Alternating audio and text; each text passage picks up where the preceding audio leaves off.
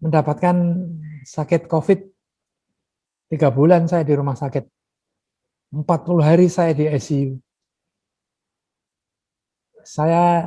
Waktu saya itu mungkin setengah koma, setengah sadar, saya seperti didatengin gitu. Entah malaikat, entah Yesus yang nanyain saya, kamu mau hidup atau mati?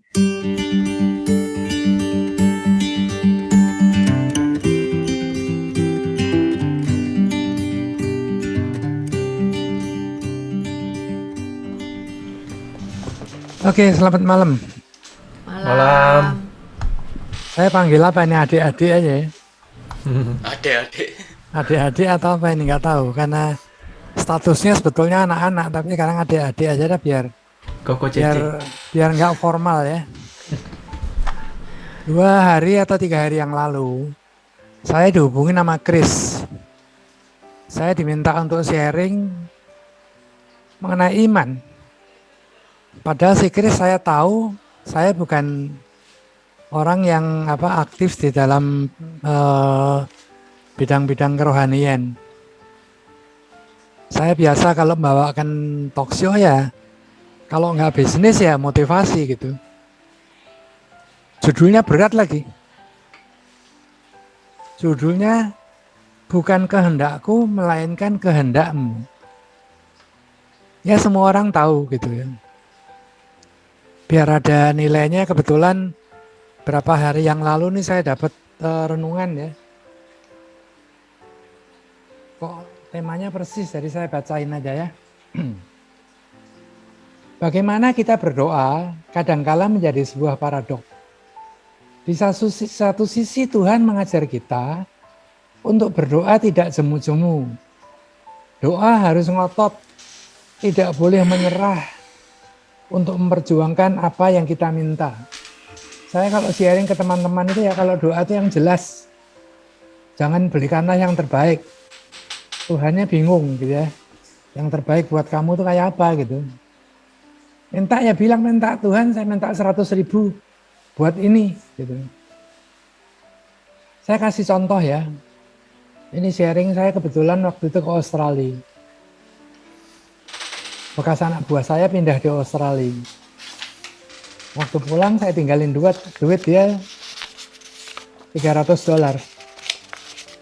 Kalau saya pulang, kok dia nangis, kenapa? Ternyata dia sharing. Dia berminggu-minggu itu berdoa, minta duit $300, karena memang saya ajarin ya, untuk membayar sekolah anaknya gitu. Lah kok persis saya ngasihnya $300? Kenapa enggak 400, kenapa enggak 200? Jadi saya selalu mengingatkan, enggak berdoa aja yang jelas gitu. Dialognya apa kalau orang Jawa bilang, mintanya apa? Yang jelas saya Tuhan minta cewek yang cantik, lulusan S1 atau bagaimana gitu ya. Namun di sisi lain kita harus berserah dan tidak memaksakan kehendak diri, melainkan kehendak Bapa terjadi. Di Taman Getsemani, Yesus tidak hanya sekali berdoa, tapi 3 kali berdoa. Betapa ngototnya Yesus minta kepada Bapaknya supaya tidak harus menanggung penderitaan. Namun dalam kengototannya, Yesus mengatakan, tetapi bukanlah kehendakku, melainkan kehendakmu lah yang terjadi. Di antara dua sisi itu tampak bertentangan, kelihatannya ada benang merahnya, yaitu percaya. Karena kita percaya kepada Tuhan, maka kita tidak akan pernah menyerah untuk meminta kepadanya. Dulu saya waktu masih kere lah, masih belum punya apa-apa, bahkan masih kuliah ya, saya itu dekat sama Tuhan. Ya saya dulu waktu kuliah, saya mesti jualan roti buat bayar uang sekolah.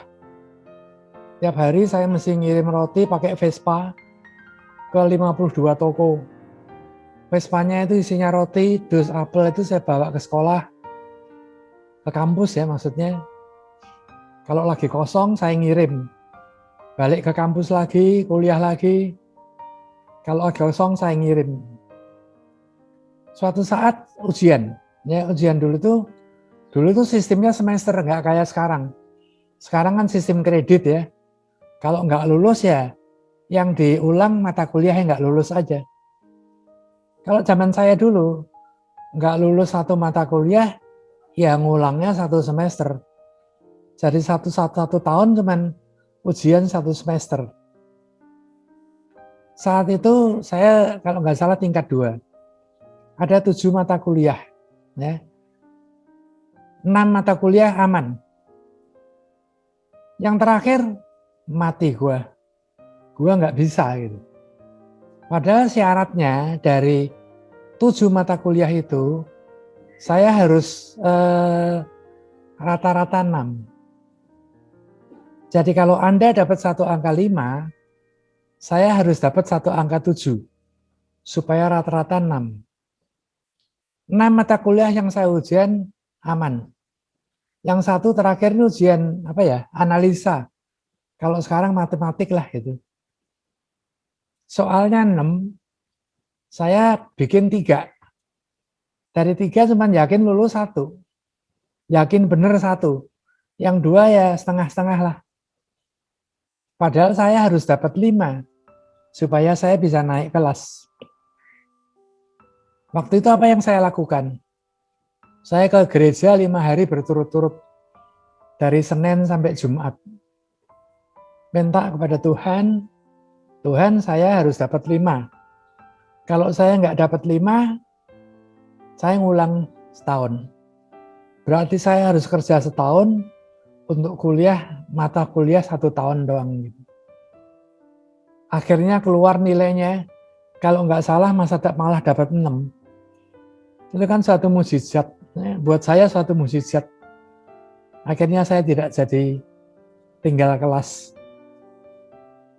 Setiap kali ada masalah, saya ke gereja 5 hari. Dan almost saya mendapat jawaban. Ya.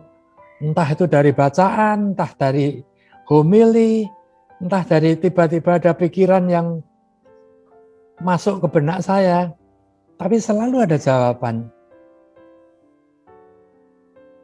Makin lama makin maju, bukannya makin dekat sama Tuhan, tapi makin jauh. Ya. Jadi kalau ada apa-apa, bisnis saya properti, kalau mau beli properti nyarinya tukang Hong Shui. Nggak sembayang dulu, tapi Hong Shui duluan. Ya. Walaupun tetap saya berdoa. Tahun 94 saya habis. Ya, krisis itu habis saya. Mati. Properti saya tidak ada yang laku. Bunga bayar terus. Utang saya hampir 10 miliar. Akhirnya baru ingat Tuhan lagi. Saya ke gereja lagi 5 hari. Bacaannya tuh apa ya, saya lupa. Pokoknya intinya tuh buanglah semua kuasa-kuasa jahat. Dan saya mendapat ide di gereja itu untuk menjual semua properti saya dengan harga murah. Nggak sesuai dong dengan keinginan saya. Orang properti harga 2 miliar, saya harus jual 1,5 miliar. 20%, 30% di bawah harga. Saya pulang ke kantor, yang berbau Hong Shui saya buang semua. Saya harus ngadep ke utara, saya puter, saya ngadep selatan. Dan mulai saya jual properti saya dengan 20-30% di bawah harga. Walaupun tidak sesuai dengan keinginan saya. Tapi itu suatu ilham atau suatu masukan yang saya dapat di gereja. Jadi saya anggap itu adalah kemauan Tuhan. Saya lakukan. Apa yang terjadi? Saya bayarin utang bank saya cuma tinggal 3,9 miliar dari utang 10 lebih. Saya punya tanah di Bendungan Hilir 600 meter. Saya jual cuma 1,3 miliar. Sekarang kalau saya jual 600 meter kali 80 juta berapa? 48 miliar. Bayangin aja coba. Itu tahun 94 saya jual cuma 1,3 miliar. Ya pokoknya begitulah. Tapi akhirnya saya baru mendapatkan suatu jawabannya. 2 tahun kemudian, bagi orang yang utangnya di bawah 5 miliar, itu UKM, itu mendapat discounted bunga 100%. Jadi bunga saya dihapuskan semua, saya hanya bayar pokok. Nah, alhasil 2 tahun kemudian, saya dapat proyek yang nilainya juga lumayan, sehingga saya bisa membayar utang saya. Sehingga saya up lagi.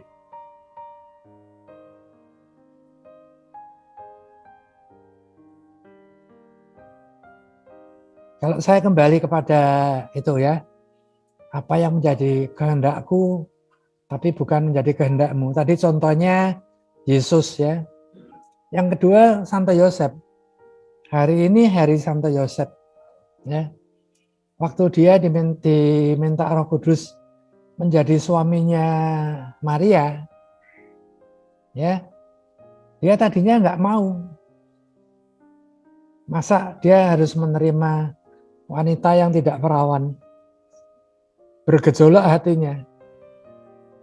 Bunda Maria mau dicerai. Tapi akhirnya dia mengikuti kata hatinya, mengikuti kata Roh Kudus. Dia meneruskan menjadi suami Maria. Dan sekarang Santo Yosef menjadi contoh yang baik bagi semua keluarga Kristus. Yang paling berat adalah Ibu Maria. Bayangin zaman itu, kalau orang yang tidak bersuami, lalu dia mengandung dan ketahuan, itu resikonya adalah dirajam. Ya. Jadi taruhannya adalah jiwanya. Tapi Maria berkata, terjadilah menurut kehendakmu. Dan dia terima itu, dan dia melahirkan seorang bayi yang akhirnya menjadi Yesus kita. Itu baru terbukti belakangan.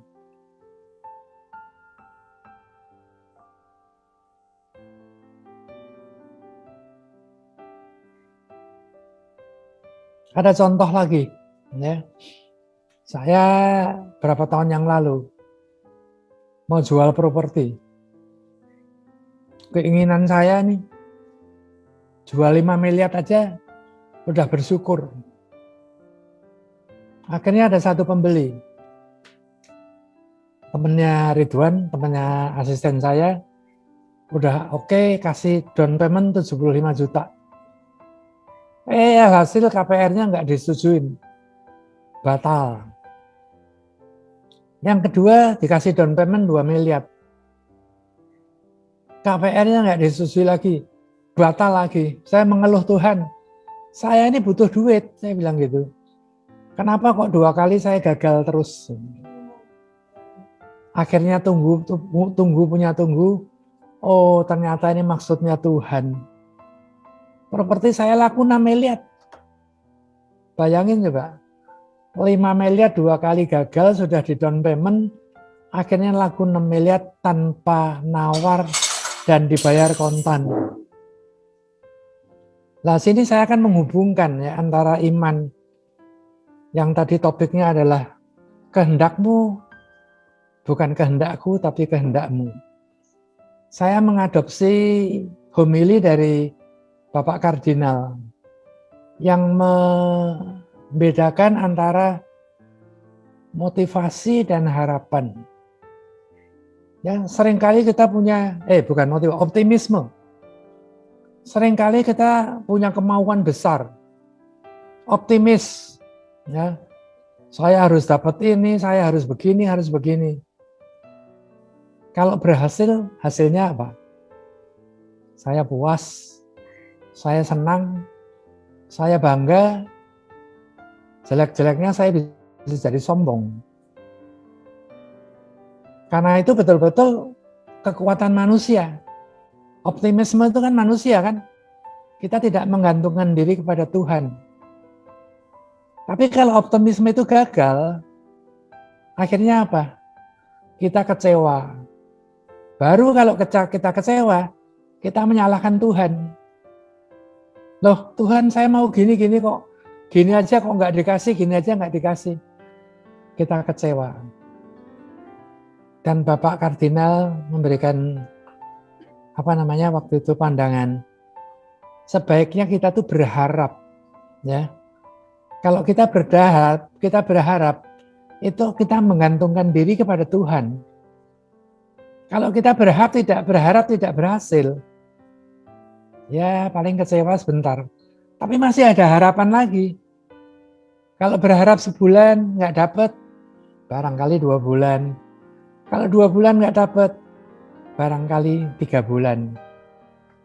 Ya, jadi mulai sekarang, saya setelah selesai, saya tahun lalu diserang mengidap istilahnya apa ya?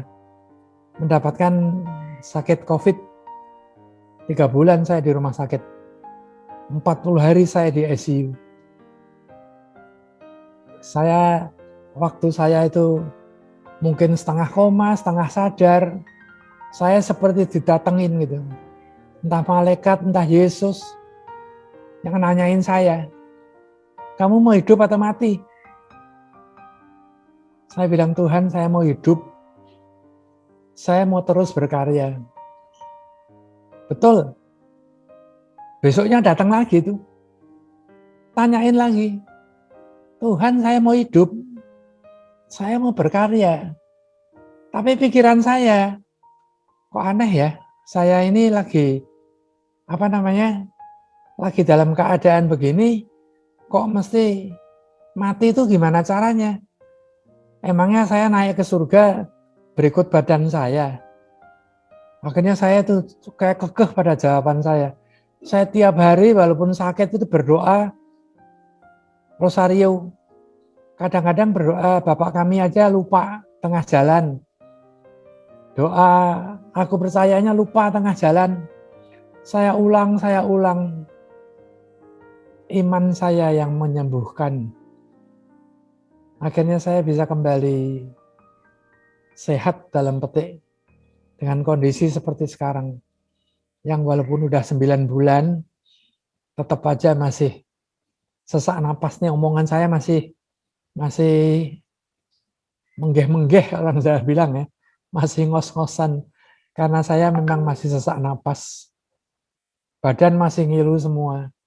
Tapi ya saya percaya sama Tuhan bahwa satu saat saya akan kembali sehat. Amin. Begitu. Chris, saya kembalikan ke kamu. Iya, amin. Ya, kita boleh berikan tepuk tangan dulu. Ya, oke. Ya, jadi kita udah kenal berapa lama ya, Fedi ya? 10 ada ya, lebih 10 tahun ada kali ya? Hah? Ya, 10 tahun kali. 1 tahun ya. Ya, jadi cuman Chris orang sombong. Saya suruh kerja sama saya nggak mau. Tapi kan bos juga tetap, ya kan? Saya panggilnya kan bos juga. Ya, jadi tadi Pak Edi bilang kenapa saya menghubungi dia padahal dia tidak istilahnya tidak, ya bukan seperti Romo atau pembicara yang lain yang bisa ngomongin tentang pengajaran iman lah segala macam, karena ya saya pikir ya pengajaran bisa dapat dari mana aja seperti itu, tapi pengalaman orang itu beda-beda semuanya pastinya, ya kan? Pengalaman orang itu unik, dari satu orang ke orang lain itu pasti unik gitu. Kenapa? Makanya saya juga sempat bilang ke yang lain, ini mau nggak seperti ini gitu. Kita jangan istilahnya ya, pengajaran itu kita udah bosen lah. Bukannya maksud saya merendahkan pengajaran, bosen atau enggak gitu, tapi ya sekali-sekali kita belajar dari orang awam, kita belajar dari orang yang istilahnya berbeda pandangan dari kita, biarpun ini bukan tentang agama, tentang apa seperti itu gitu. Jadinya ya saya kepikiran langsung, wah Pak Edi gitu, saya langsung kontak. Tadinya dia nggak mau, gitu. Tadinya dia nggak mau, dia tadinya tidak mau dengan alasan apa ya waktu itu ya, saya lagi terpuruk kok disuruh sharing gitu ya. Baca kitab suci aja nggak pernah. Gimana saya mau sharing iman berdasarkan kitab suci? Belakangan ini agak lumayan ya, setelah sakit hampir tiap hari dapat renungan tuh. Ya Jadi kalau itu. kalau judulnya bagus, ya gue baca. Jadi sekarang ngerti-ngerti dikit mengenai kitab suci. Dulunya dengernya cuma di gereja aja kalau minggu. Ya, jadi seperti itu gitu. Jadinya tadinya dia nggak mau. Terusnya saya bilang gini, ya orang yang sharing kan bukan berarti di atas baru sharing, baru baru apa ya istilahnya, yang kebaikan aja yang di sharing. Ya memang meneguhkan sesama gitu, tapi eh, ya yang jelek pun ya memang kita harus tahu gitu, yang biarpun pada titik bawah ya kita bisa belajar dari situ. Oke ya, terima kasih Pak Edi sekali lagi ya, sudah mengabulkan keinginan saya terutama ya. Ini bos sekaligus teman saya, sekaligus bos saya, sekaligus saudara saya. Ya banyak lah ya sekaligusnya. Oke, saya lanjut untuk ke pengumuman. Sebentar ya. Oke, untuk pengumumannya tidak ada. Untuk untuk pada malam hari ini pengumumannya tidak ada karena kita susah, maksudnya untuk menentukan jadwal itu agak-agak susah karena peraturan pemerintah kan berubah-ubah terus segala macam. Jadinya takutnya nanti saya ngomong minggu ini seperti ini tapi nanti ada yang nunggu minggu depan segala macam gitu. Jadinya nanti akan terus dikabari lewat WhatsApp biasanya, di grup. Biasanya 2 hari atau 3 hari sebelumnya pasti ada pengumuman gitu. Tapi kalau sekarang ya harap dimaklumi. Ya semoga aja nanti setelah kita vaksin semua, setelah kita bisa berkumpul lagi bersama-sama untuk memuji Tuhan dan menyembah Tuhan. Amin. Amin. Oke. Nggak ada pertanyaan, Chris. Oh iya tuh, ada yang mau nanya nggak? Oh ini ada cuma dari komen-komen aja. Terima kasih Pak Edi sharingnya, sungguh meneguhkan. Nanti kalau saya buka pertanyaan pasti biasanya ya yang berhubungan dengan COVID itu pasti yang ditanya Pak. Pasti Silahkan itu. aja. Nggak apa-apa, silahkan. Pertanyaannya pasti gimana rasanya kena COVID Pak? Apa Pasti aja gitu boleh mau pertama. nanya.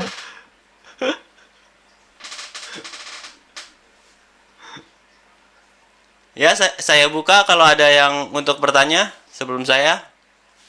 Boleh nanya, Chris? Ya boleh, silakan Pak Andre. Ya. Selamat malam, Pak Edi. Malam. Kalau saya tidak salah ingat, di awal pembicaraan sambil bercanda, Pak Edi bilang sekarang ini sudah berdarah-darah. Apa benar? Apa betul, Pak Edi? Betul. Tadi sempat mengatakan sempat berdarah-darah. Ya, berdarah 2 kali. Ini yang kedua. Oh ya. Yang pertama tahun 94. Yang kedua Sekarang 2020. 2020. Tapi Pak Edi dari sharingnya, jatuh bangun bisnisnya, saya melihat ada satu kekuatan yang besar ya Pak Edi ya, itu doa. Ya. Pak Edi tadi sempat bilang hari Senin ke gereja berdoa 5 hari berturut-turut. Berturut-turut. 5 hari. Bagi saya ya Pak Edi, bagi saya doa itu singkatan Pak Edi. Barangkali ini juga yang sempat dialami oleh Pak Edi. Barangkali doa singkatan adalah DOA, diberkati oleh Allah. Pak Edi waktu pandemi ini sakit ditanya mau mati atau mau hidup. Sekarang Pak Edi berdoa dihidupkan oleh Allah. Ditolong, dikasihani, diberkahi. Harga 5 miliar tertunda 2 kali bisa jadi 6 miliar. Pak Edi, saya mau tanya. Yang Bapak rasakan berdarah-darah 2 kali, tahun 94 dan 2020. Ya. Ini apakah Bapak menangkap bahwa ini kehendakmu, bukan kehendakku, atau ini kehendakku, bukan kehendakmu, Pak Edi? Karena apa? Di zaman pandemi begini, Pak Edi, ya, terutama masalah ekonomi ini kan ada beberapa hal yang sangat berat ya. Masalah ekonomi ini benar-benar babak belur. Kalau kami di Bali katanya minus 12% ya. Tapi saya suka kata tadi itu Pak Edi, bahwa ada kata harapannya. Harapan ada kasih. Saya sih optimis aja ya, bahwa pandemi ini ada blessing in disguise. Tapi jalaninnya berat Pak Edi, berat sekali. Nah, kira-kira nih menurut pandangan Pak Edi ya, prediksinya ini, apakah dengan pandemi ini, kemudian ada vaksinasi ini, kalau Menteri Kesehatan itu ngomongnya nggak mungkin setahun 2 tahun, 5 tahun atau 10 tahun katanya.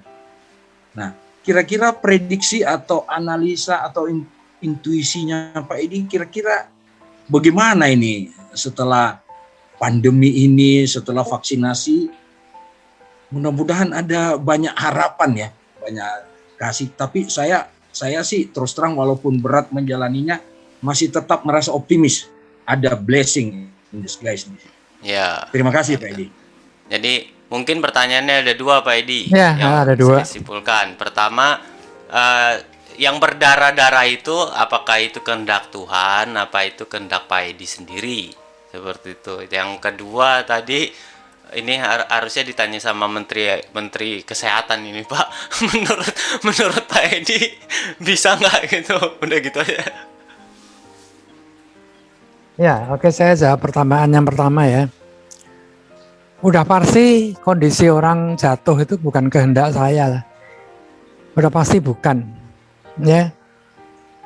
Tapi kalau dibilang kehendak Tuhan juga bukan. Saya baru menangkap ya berapa bulan terakhir ini adalah Tuhan sedang membentuk saya. Ya, kalau saya dulunya mungkin ya, walaupun saya juga orangnya cukup religius ya, saya punya bisnis apapun juga, saya mulai dengan misa, dengan apa. Tapi selalu kalau saya diajak yang bersifat KKS, gini-gini, saya nggak pernah mau. Saya bilang saya ini kalau di dalam pemerintahan saya itu presiden, bukan DPR. Jadi saya senangnya melakukan sesuatu. Saya aktif di organisasi, saya bantu cari duit, ya, bikin Christmas concert, bikin apa. Saya bikin beberapa organisasi, nyari duit, kita nyumbang ke ke Asmat, ke NTT, kemana. Saya bangun gereja itu salah satunya, gereja yang pertama itu Kute itu. Kute dulu tuh saya ceritain dikit ya. Dulu tuh gereja Kute itu kan macet. Lalu klien saya bilang, coba tanyain romonya tuh, kenapa gereja itu macet? Saya datangin, saya ketemu Romo Hadi waktu itu. Saya tanya bla bla bla bla bla. Romonya bilang, pokoknya panitia yang dulu agak kurang inilah. Ya, karena saya lihat memang bangunannya pada melengkung. Ya, tembok betonnya juga melendut semua. Terus Romo punya duit berapa? Masih punya duit 2 miliar. Saya balik lapor ke klien saya. Saya ceritakan gini, masih punya duit 2 miliar. Dia bilang, Pak Edi, kalau saya tambahin 2 miliar bisa jadi apa? Saya hitung, pokoknya bisa dipakai. Atap ketutup, kusen ketutup, lantai kepasang. Ya furniturnya pakai yang lama dulu deh. Saya datang ke Romonya lagi. Romo, ini ada orang yang mau nyumbang 2 miliar. Dengan 4 miliar akan saya kerjakan, pokoknya gereja ini bisa dipakai. Romonya bilang, bel katanya. Ngerti nggak? Bel, jadi apa ya?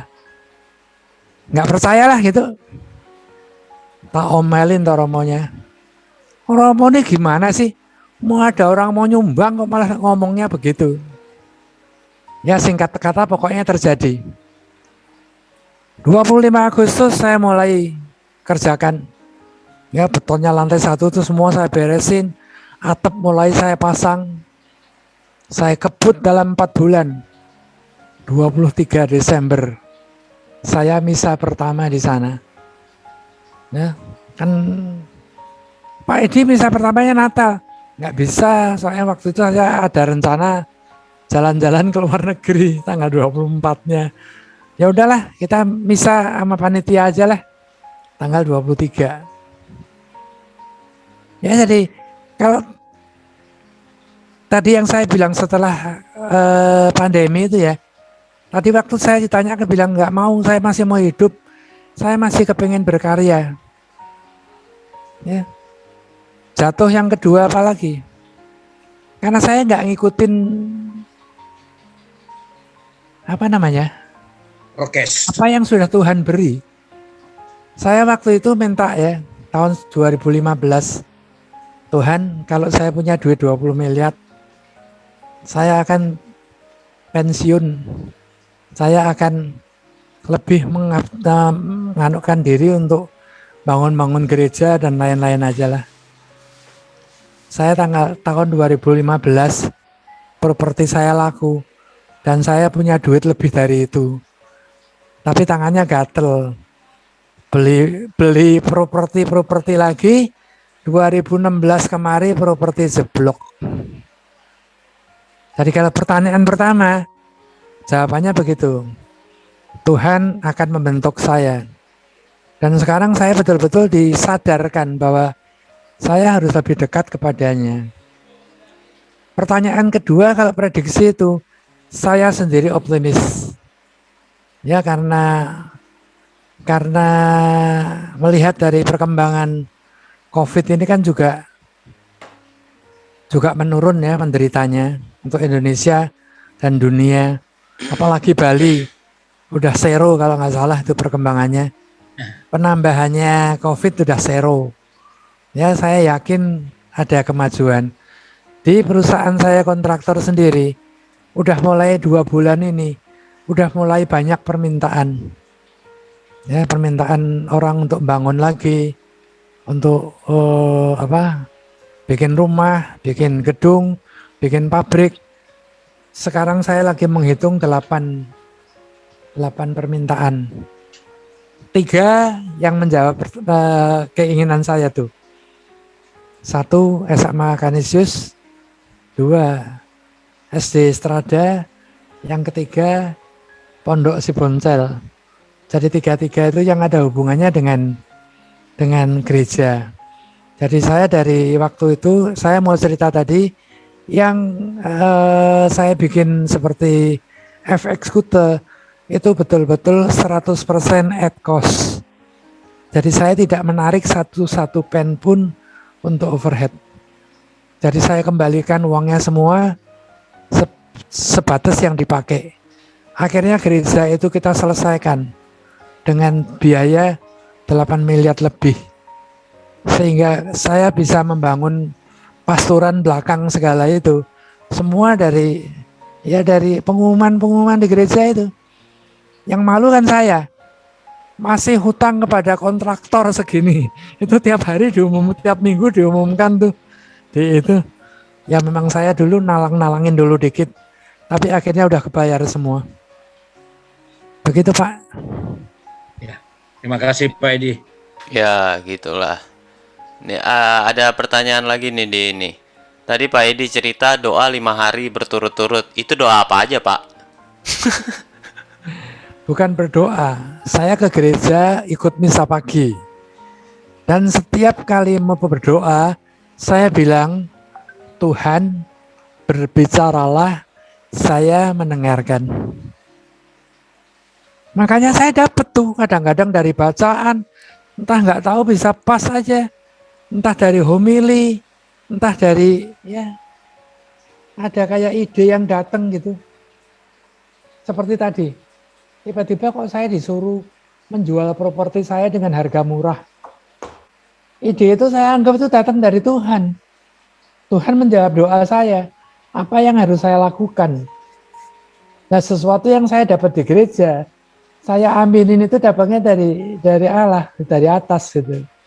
Jadi saya lakukan. Saya disuruh buangin Hongsui itu langsung juga saya buangin. Saya lawan semua. Padahal dulunya saya merasa Hongsui itu kan nggak salah ya. Hongsui itu kan sesuatu pengetahuan yang tidak bisa dijelaskan. Karena saya disuruh doanya secara Katolik kok. Saya kasih tahu ya, saya pernah mandi air kembang 28 hari. Buset, kayak cutam nih. 7 macam kembangnya. Ya udah saya jalanin aja toh. Saya berendam di batap, tak cemplungin bunga 7 macam. Saya doa secara Katolik. Tapi saya disadarkan ya, bukan Hongsui itu salah. Tapi saya mendapat satu masukan sendiri ya. Saya analisa sendiri. Tuhan cemburu. Karena kita mendoakan Tuhan. Ya, karena saya kalau mau beli properti nggak sembayang dulu. Tuhan ini bagus nggak? Menguntungkan nggak gitu. Nanyanya ke tukang Hongsui dulu gitu. Lama-lama Tuhannya cemburu menurut saya. Jadi saya dihajar. Nah, ya kali ini juga sama. Saya nggak menurutin. Yang kedua ini ya sudah 3 tahun ya. Saya mau melakukan hal yang sama. Saya mengalami kesulitan menjual properti ini kan udah bertahun-tahun. Kalau saya mau ke gereja 5 hari, tidak pernah sekalipun penuh. Seolah-olah kaki saya tuh gondelin kalau mau berangkat. Ya, kadang cuma 3 hari, kadang 2 hari, kadang 4 hari. Nggak pernah penuh. Jadi memang iman saya waktu itu agak ya berkurang kali ya. Kalau dulu saya dengan semangat, saya bangun pagi, saya ke gereja 5 hari, saya berdoa sungguh-sungguh. Kadang-kadang saya menangis di gereja. Tapi full. Udah 3 tahun ini nggak pernah full. Nah itu mungkin Tuhan ya mau memberikan pelajaran kepada saya. Mau membentuk saya istilahnya Romo Roy. Saya mau dibentuk lagi gitu. Ya entah berikutnya saya harus bagaimana, atau nantinya saya jadi penginjil atau gimana nggak tahu. Ya itulah kira-kira. Jadi doanya ikutin misa aja. Doa itu kan ngomong-ngomong ya. Kita ngomong-ngomong sama Tuhan. Ngomong-ngomong sama orang tua. Ya kita apa yang mau kita sampaikan, sampaikan aja. Ya nggak perlu doanya mesti Bapa Kami, Salam Maria. Kita ngomong-ngomong aja. Tuhan ini saya mau jual rumah saya nggak laku-laku. Tolong bantu dong Tuhan. Kalau perlu ya sesuatu yang tidak buat saya, tapi segala sesuatu kalau baik menurut Tuhan. Tadi di awal mula kan saya bilang berdoa itu harus selaras dengan keinginan Tuhan. Kita hanya bisa berdoa, tidak bisa maksa. Tapi kita minta doa restu. Minta restu Tuhan, saya punya keinginan ini. Bila ini selaras dengan kehendak-Mu, kabulkan. Tapi kalau enggak, dan itu akan menjadi jelek buat saya, ya jangan. Jadi selalu saya mulai doa itu dengan demikian. Saya punya keinginan ini. Ya. ya mohon doa restunya. Kalau selaras dengan keinginan Tuhan, ya kabulkanlah gitu. Itu saya kalau berdoa. Tadi yang pertama kan saya bilang, doa itu kan singkat, tepat, jelas, terang. Minta 100.000 ya bilang minta 100.000. Minta cewek yang cantik ya bilang minta cewek yang cantik gitu. Ya, Oh, minta 100.000 masih dikabulin. Kalau 10 M itu udah bukan kehendak Tuhan. Itu, itu saya itu udah dikasih. menyimpang. Itu. Itu kan saya dikasih waktu tahun 94. Itu Bapak. 94 tuh saya Kita dikasih. minta 10 M. Mimpi. Coba ya, saya kedatangan bule dari Jerman. Disuruh bangun 14 rumah sakit di Indonesia. Bukan rumah sakit utuh ya, tapi hanya departemennya ya. Waktu itu departemen radiologi. Nih, bangunin ini. Saya punya budget sekian. 3 juta euro waktu itu. Cukup enggak? Saya hitung, kok cuma 70% ya kali ya. Aku pura-puranya bilang nggak cukup. Cukup-cupin dong katanya gitu. Ya udah akhirnya gua cukupin kan. Ya untung berapa tuh? Kok 30% dari 3 juta euro berapa? Dapat saya 10 miliar waktu itu. Makanya saya bisa bayar utang. Utang saya tinggal 3,9. Makanya jangan bilang sesuatu yang mustahil. Bayangin coba sampai hari ini ya. Saya sembuh dari COVID. Belum ada satupun orang yang saya dengar yang kena COVID separah saya. Profesor Suwandi kalau bilang 1 dari 5 juta kasus. Tapi terjadi karena saya imanin. Saya tiap hari berdoa. Ya, dalam keadaan diranjang di ICU. Enggak tahu saya bisa ingat terus berdoa terus. Ya, saya yang ya paling gampang. Saya kan orangnya kalau doa ya singkat, ya. Ya Tuhan saya minta sembuh gini-gini, nggak ngerti doa apa lagi, ya udahlah saya doa rosario aja kan, jadi panjang gitu kan. Gitulah. Jadi tidak ada yang tidak mungkin. Semua ada jalannya. Amin. Ada lagi pertanyaan? Kalau tidak ada, saya tutup nih. Ayo, ada lagi? Oke, kalau tidak ada, saya akan lanjutkan dengan doa syafaat untuk teman-teman kita. Tadi yang sudah mau didoakan sudah di chat ya. Oke.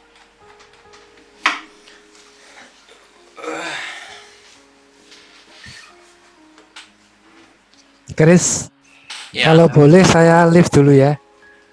Oh ya, nggak apa-apa. Saya mesti istirahat.